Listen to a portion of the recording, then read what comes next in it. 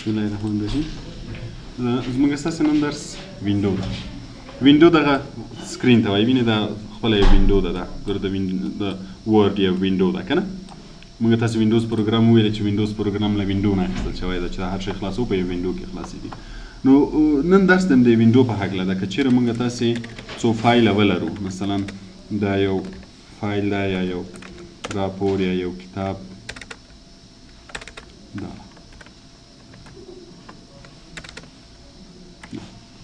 که چېرته زه نیو وینډو کلیک کوم، همدغه یو فایل راته بله وینډو کې خلاصوي، همدا فایل راته بله وینډو کې خلاصوي. اوس ګوره د دې وینډو نوم ډاکومنټ 1 ده. که چېرته زه نیو وینډو کلیک کوم، بله دغه ډاکومنټ 1 بله وینډو کې راته خلاصوي چې دغه نوم به ډاکومنټ 2 شي. همدا یو فایل راته دوه ځایه خلاصوي. که بیا کلیک کوم درې ځایه راته خلاصوي. که چېرته مو غوښتل چې فایل په دویمه وینډو کې وګورئ هم یې کولی شئ.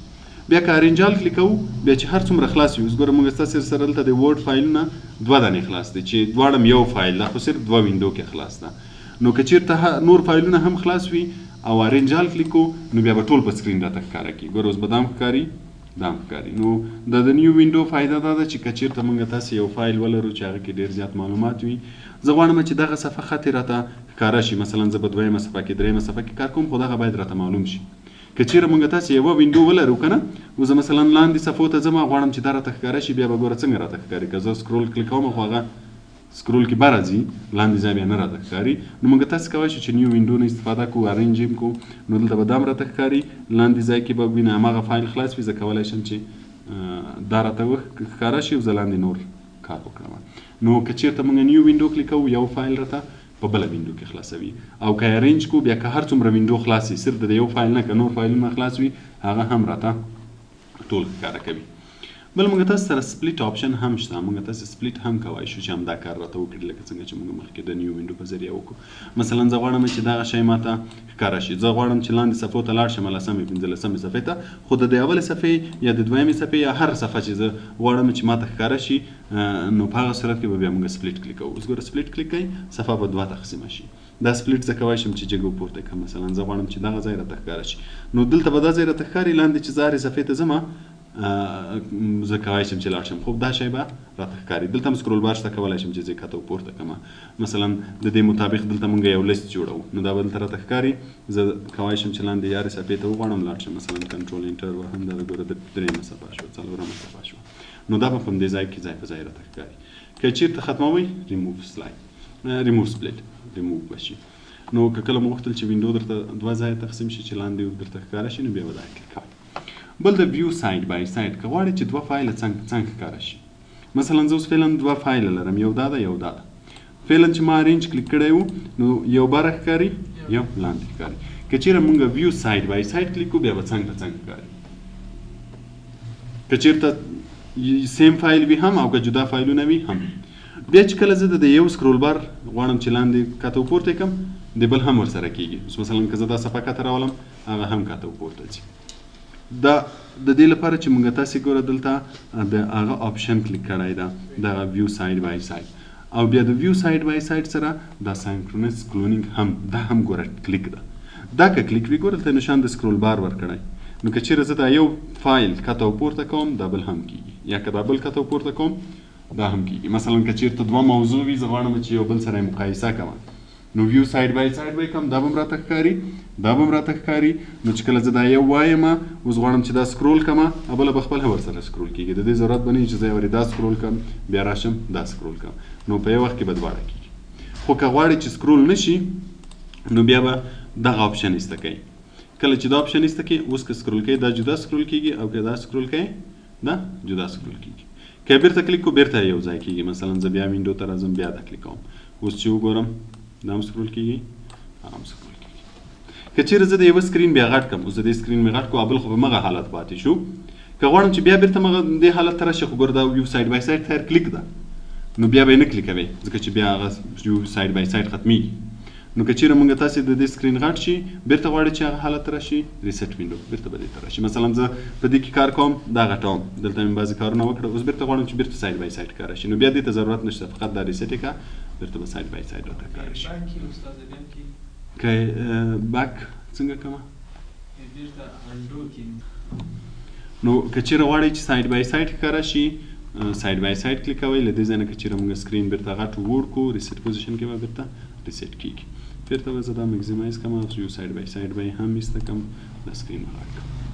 بل د سویچ وینډوز دلته چې موږ هر څو فایل اوپن ولرو فعلا دوه لرو که چېرته هر څومره زیات وي موږ له دې ځای نه هم چینجولی شو. مثلا زه دا فایل خلاصوم دا کلیک کوم ګوره دا به راشي که دا فایل کلیک کوم دا به کلیک کوم او له دې ځای نه هم کولی شم. هر څو فایل چې خلاص وي د ټولو نومونه دلته راځي. اوس فعلا دا یو فایل په دوه وینډو کې خلاص ده یوې 1 ده یوې 2 ده. اوس فعلا موږ 2 کې کار کوو دا ټیک مارک ده که چېرې زه دې کې کار کوم دا به راولم که هغه راولم. نو چې هر څو فایل ولرو اوس مثلا که زه یو نوی فایل واخلم اوس به وګورئ ویو کې دلته به څو دانې شوي 3 دانې چې هر یو کې کار کوي هماغه یو به کلیک کوي هماغه راځي. له دې ځای نه هم چینجولی شي له دې ځای نه هم چینجولی شو. بل موږ تاسې میکرو لرو که غواړئ چې میکرو ریکارډ کړئ. ریکارډ میکرو د څه لپاره ده؟ کله که غواړئ چې مثلا زه غواړم چې یو څه خط ریکارډ کړم دغه خط زه غواړم چې همیشه په هر فایل کې مې په کار وي زه یې راوستلی وشم. نو یو خو موږ تاسې کاپي کټ کوو مثلا زه دا کاپي کوم یا یې کټوم بل ځای کې چې مې په کار وي هلته یې راولم. خو که چېرې زه دا خط کاپي کړم بل فایل کې پیسټ کړم خو را به شي. خو که چېرې زه دا پروګرامونه بند کړم یا مثلا کمپیوټر مې ریسټارټ کړم ګولې کړم بل وخت بیا چالانه کړم نو هغه شی خو بیا زه نسم پیسټولی. کاپي پیسټ صرف رننګ ټایم کې چې څومره وخت زما کمپیوټر چالانه وي کار کوي تر څو زه بل شی کاپي نه کړم هغه نه وروسته خو بیا کار نه کوي. نو که چېرې موږ تاسې داسې یو موضوع یا یو څه خط وي ډېر مو زیات پکارېږي په هر فایل کې هم پکارېږي مثلا نن مو پکارېږي سبا هم بله ورځ نو په هغه صورت کې بیا موږ تاسې کولی شو چې ریکارډ یې کړو. نو بیا به دلته راشئ میکرو کې به ریکارډ میکرو ورته ووایاست. دلته به یو نوم ورکړئ په هر نامه یې ریکارډوئ داسې یو نوم ورکړئ چې بیا تاسې ورباندې وپېژنئ. مثلا زه هم د میکرو 1 نوم ورکوم. اوکې اوس ګوره د پوینټر سره د کیسټ نشان راځي. دا صرف اوس چې مونږ کوم کار کوو مثلا خط لیکو ټیکسټ لیکو هر څه چې کوو دغه ریکارډ کېږي. مثلا دومره مې ولیکو بیا مې دلته ولیکل بیا مې دلته ولیکل تر هر حد چې ته غواړې ریکارډ یې کړې هماغه ټیکسټ دې ولیکه له هغه نه وروسته بیا سټاپ پاس کولی یم همیشه د یو څو ثانیو لپاره خو زه به فعلا سټاپ کړم. چې سټاپ مې کړو دا خط ریکارډ شو. دا چې زما هر وخت پکاري مثلا که مې کمپیوټر ګول کړ بیرته یې چالانه کړم هم یې راوستی شم په هر وخت کې چې مې پکاري په هر فایل کې چې مې پکاري. مثلا زه غواړم دلته یې راولم بیا به دلته راشئ ویو میکروز به کلیک کوئ د څه په نوم موږ هغه کړی وو میکرو همدا به رن کوئ ګوره هماغه خط به دې بیرته دلته راشي. که مې په بله صفحه کې بیا پکار وي مثلا دلته مې بیا پکار ده بیا کولی شم چې ویو میکرو کلیک کړم هماغه خط کلیک کړم رن یې کړم دلته به هم راته راشي. که چېرې زه کمپیوټر ګول کړم سبا به هم دا شی موجود وي فقط رن یې کړم هماغه خط به راته راځي. نه په فایل اواز خو لیکل کېږي نه دلته که نه خط لیکل کېږي. نو دې شي ته میکرو وایي.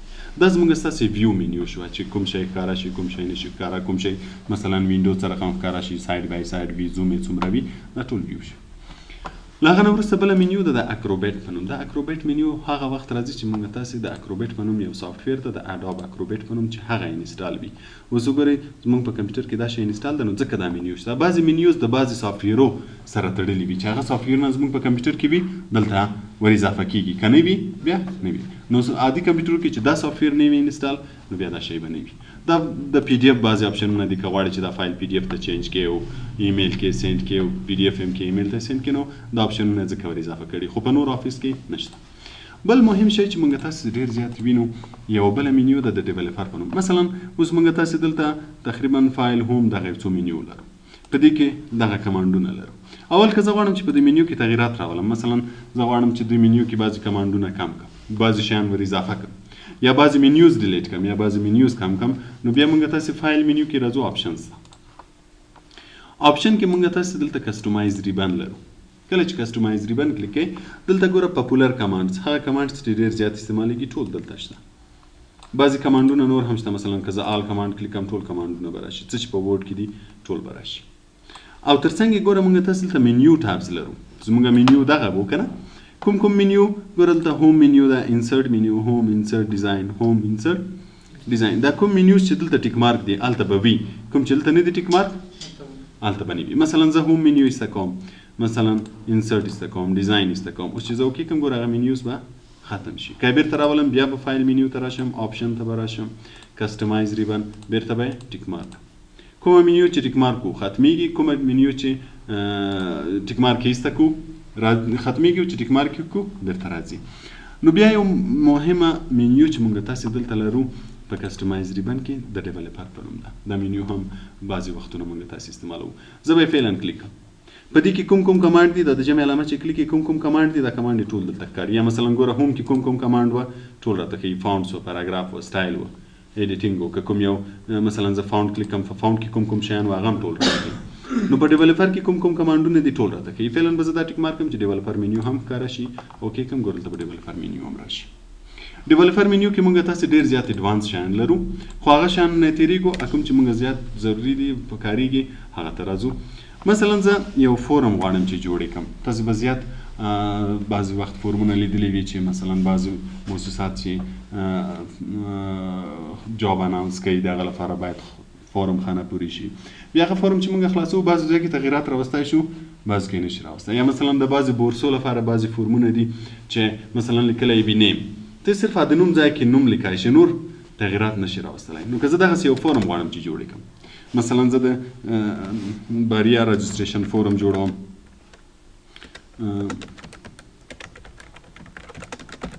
داسې یو فورم جوړوم چې بعضې ځایونه چې زه غواړم تغییرات راشي هغو ځای کې د تغییرات راځي نورو ځای کې د تغییرات نه راځي دلته مثلا یو ټیبل ورچوم انسرټ کې فعلا به داسې یو ساده ټیبل واخلم دغه ځای کې نیم لیکم دلته مثلا ډیټ آف برث لیکم دلته مثلا کلاس لیکم دلته مثلا ټایم لیکم دلته پروګرام لیکم دلته مثلا جینډر لیکم بعضې نور شیان اوس زه دا فورم غواړم چې دې فورم کې څوک تغییرات را نشي وستلی مثلا دغه کې تغییرات را نشي وستلی چې دا نیم چینج کړي یا دا چینج کړي یا دو کې تغییرات را وستلی شي په دو کې زه هم تغییرات نه راځي صرف او صرف دغه ځای کې د نوم لیکای شي دغه ځای کې د ډیټ آف برث لیکای شي دلته کلاس دغه ځای کې د تغییرات راوستای شي دو کې دې نشي راوستای نور فایل کې دې تغییرات نشي راوستای کوم ځای چې زه غواړم چې هلته تغییر راشي را دي شي کوم ځای کې چې غواړم تغییر را نشي نو بیا به څه کوو اوس دلته کرسر ږدم دلته راځو موږ تاسې ډیولپر مینیو ته ډیولپر مینیو کې موږ تاسې ډېر زیات شیان لرو چې دا د دې پروګرام نه ایډوانس مخکې نورو پروګرامو کې درته